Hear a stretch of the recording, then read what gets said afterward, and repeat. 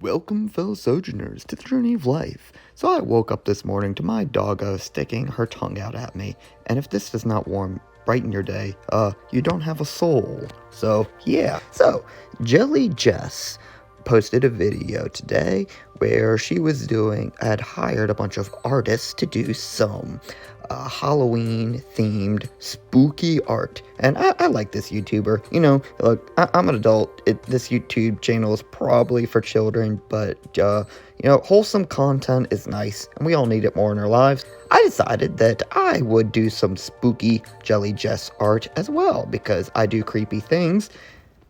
Let me fix that. I make creepy art sometimes, and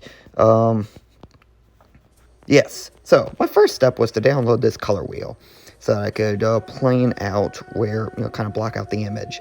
I saw her colors are purple, then green, and I decided to do the three color method. So kind of make a triangle in the color wheel. So I'd take purple, green, and orange, and those would be my three colors that I would use for this piece of art. I was feeling kind of lazy, so I didn't want to draw a picture of Jelly, so I just downloaded this off the internet as well, and I downloaded this image.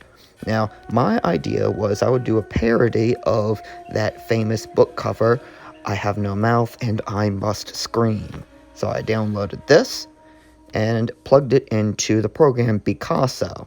I did this so it would basically the image would be upscaled to the right size, and then I would use this as my base to try to figure out everything that I'm going to do. So, here is my plan.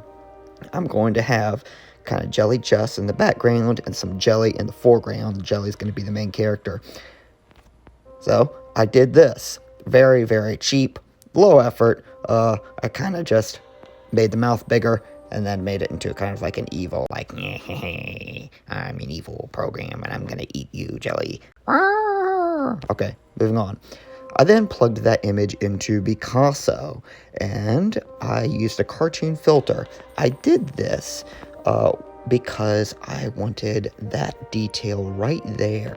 See, I had applied on this some smoke effects so that it would be kind of like coming out of the darkness, but it was very subtle.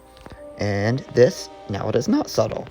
It also did that up there, which I wasn't really a fan of, but I'll fix that later, I think, maybe. So, I blocked out my image.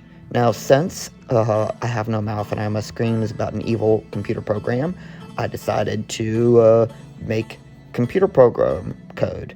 I did that, and basically the colors here is like a color wheel, except inverted. The green is up there and the orange is down there. I drew, get back up there. I drew this little sad face.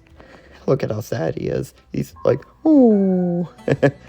And to make the jelly look like it was translucent, I took this image right here, made 2 copies of it, lowered the opacity quite a lot, and then flipped one of the copies upside down. So that way you get the image is reflecting off of itself and showing through. I don't know if that made sense. That's what I did. My next step was to take this image right here and plug it back into Picasso. I turned up the saturation, I turned down the darkness, I did a lot, played with the filters, and I got this. And this is actually quite effective. It captures the vibe I'm trying to go for, but it's also kind of unpolished. So I could have called this none, but I decided to go a little bit further. There are some things in it I didn't quite like that little white down there in the corner. You see that little white down there? I didn't really like that. So I went to the Wombo Dream AI program, and I plugged in this prompt right here, style of, and then this artist's name. I'm sorry, I don't know how to pronounce it, but this guy, he does like horror-themed art, and very famous, very talented, and AIs are uncannily good at copying his style. If you want to waste like many hours of your day, just apply that prompt to your pieces of art and just laugh at the results, because it's horrible most of the time.